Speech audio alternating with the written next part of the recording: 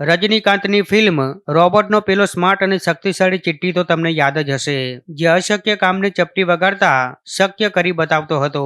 ત્યારે કંઈક આવો જ ચમત્કાર અમદાવાદના સાયન્સ સિટી ખાતે યોજાયેલ રોબોફેસ્ટ ગુજરાત 5.0માં જોવા મળ્યો છે, જેમાં મહેસાણાની શ્રી વર્ધમાન વિદ્યાલયના તેજસ્વી વિદ્યાર્થીઓએ બનાવેલા એઆઈ હોમોબોટે આખા ગુજરાતમાં ભારે આકર્ષણ જગાવ્યું છે અને ગ્રાન્ડ ફિનાલેમાં પ્રથમ ક્રમ મેળવીને 5 લાખનું માતબર ઇનામ જીતીને સમગ્ર ગુજરાતમાં નાના વૈજ્ઞાનિકોએ નામ રોશન કરી બતાવ્યું છે.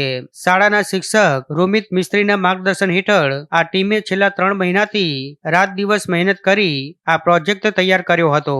જેમ મૂવીમાં ચિઠ્ઠી પોતાની બુદ્ધિથી બધાને ચોંકાવી દેતો હતો, તેવી જ રીતે આ એઆઈ હોમોબોટે પણ સ્પર્ધાના નિર્ણાયકોને મંત્રમુગ્ધ કરી દીધા હતા. વિદ્યાર્થીઓની સફળતાની સીડી સમાન પ્રથમ ઇનામ 25,000 થી આજે 5 લાખ સુધીની સફર સરળ તો નહોતી. ટીમે પહેલા લેવલ પર પ્રપોઝલ મોકલી 25,000ની ગ્રાન્ટ મેળવી હતી.